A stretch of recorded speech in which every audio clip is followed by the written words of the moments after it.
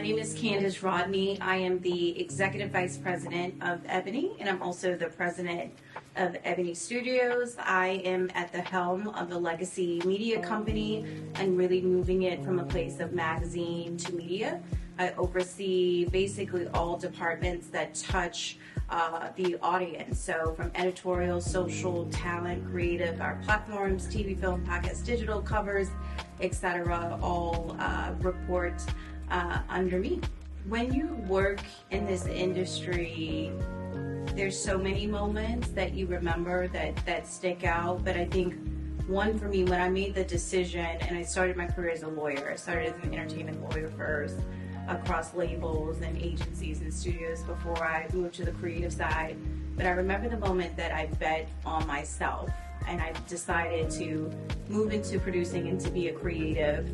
And I was leaving one company where I was running development and production, and I was going over to Dreamville, J. Cole's company, where I ran for a few years. And I had one project from the old company, docu-series that I did with Netflix that starred Will Smith, that was up in Times Square. But I also had the project for the new company, which was a docu-podcast that we did with Spotify, starring Dreamville artist Boss. That was about artists using their voice for social change, and followed Bobby Wine, who was an African dancehall artist that turned politician. And I remember the moment in Times Square where I had both projects playing at the same time. And so you look to your left and you see the hard work that you did over there. You look to the right, you can see the hard work that you did over there. And that, for me, was the moment that I knew I felt like I belonged, because I was able to not just have success, but I was able to replicate that in two different forms, at two different companies, with two different types of artists.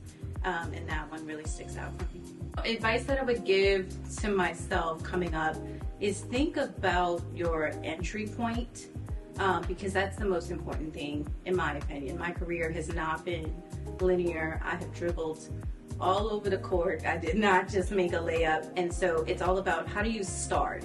Like, where is your entry point? And from there, you get exposure, you build relationships, and you can grow. And so for me, my entry point into the entertainment and sports and music landscape was through law. It was through that perspective, and I was able to ground myself in understanding the business before moving to the creative. But also along the way, as an assistant, as an intern, the people that you are working with will be the next heads of labels, studios, production companies, artists. And so treat people with respect. Make sure, Issa, and this quote has come up so many times, but network across and not just up.